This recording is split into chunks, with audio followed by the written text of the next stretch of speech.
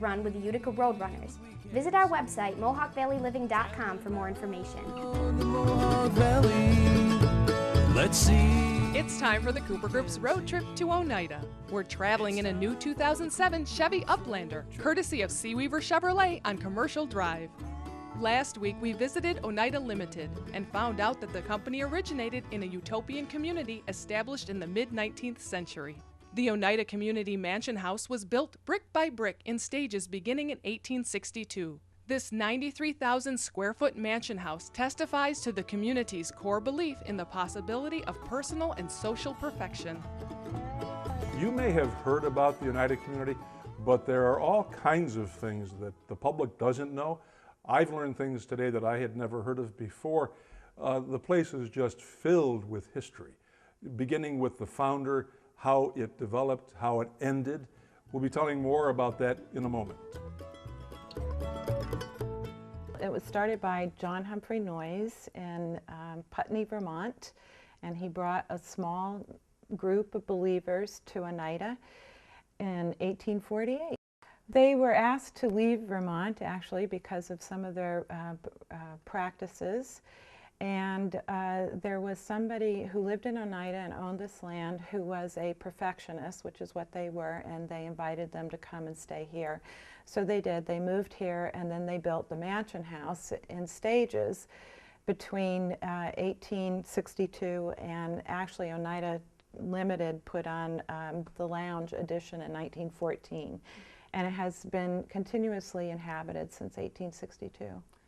They believed in the second coming of Christ as happening in 70 AD, and they believed that because of that, that heaven was on earth and that it was man's job, if you will, to achieve perfection in this lifetime and to live without sin like Jesus had. The work was all divided equally, even children worked, and one of the things that was really fun about them was they had bees, what they called bees. So they would post the jobs for the day, the work, and actually out back here in the court, and they would go out into the quad and they would do bees together. So they would have a pea shelling bee or a hoeing bee or a bag bee, because they also made tapestry bags at one point. And everybody worked together.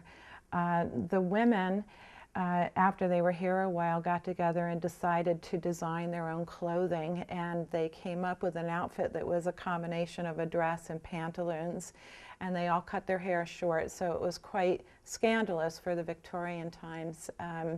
Women actually had it really well in the Oneida community. They were treated very equally, so it was a good life.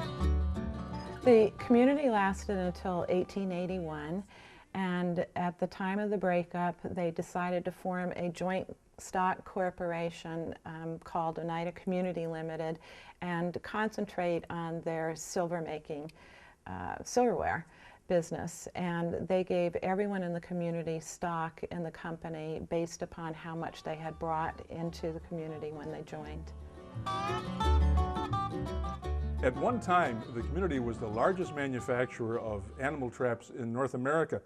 And if any of you have ever used a mousetrap, which I'm sure most of you have, if you've used a Victor mousetrap, it was developed right here, and here's the bottom, made by Oneida Community Limited, Oneida, New York.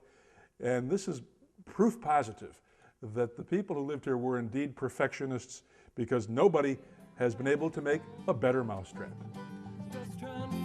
So why did utopia end? One of the reasons is this. It seems that the clergy at Hamilton College were none too pleased with John Humphrey Noyes' community out here and the lifestyle that he was promoting, and they were about to come out here and arrest him for that lifestyle, and he got wind of this. He fled the area and went to Niagara Falls and never returned. Something else I learned here today is that you can come and spend the night and be fed breakfast the following morning and have a tour, all for only $100. Pat has very kindly offered to let us give away one of these evenings, and so you can enter the contest. Sherry will be here in a moment with the details, and if you win, you can then come here and feel the history of this mansion. The Oneida Community Mansion House has 9 spacious guest rooms with private baths. Just email us your name and hometown or send a letter to Mohawk Valley Living, 30 Kellogg Street, Clinton, New York, 13323, and you could be a guest at the Oneida Community Mansion. Now that we've learned about Oneida Limited's origins, let's visit the future of silversmithing at Sherrill Manufacturing.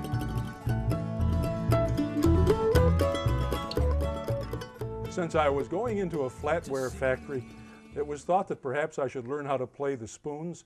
I tried and I was a total failure.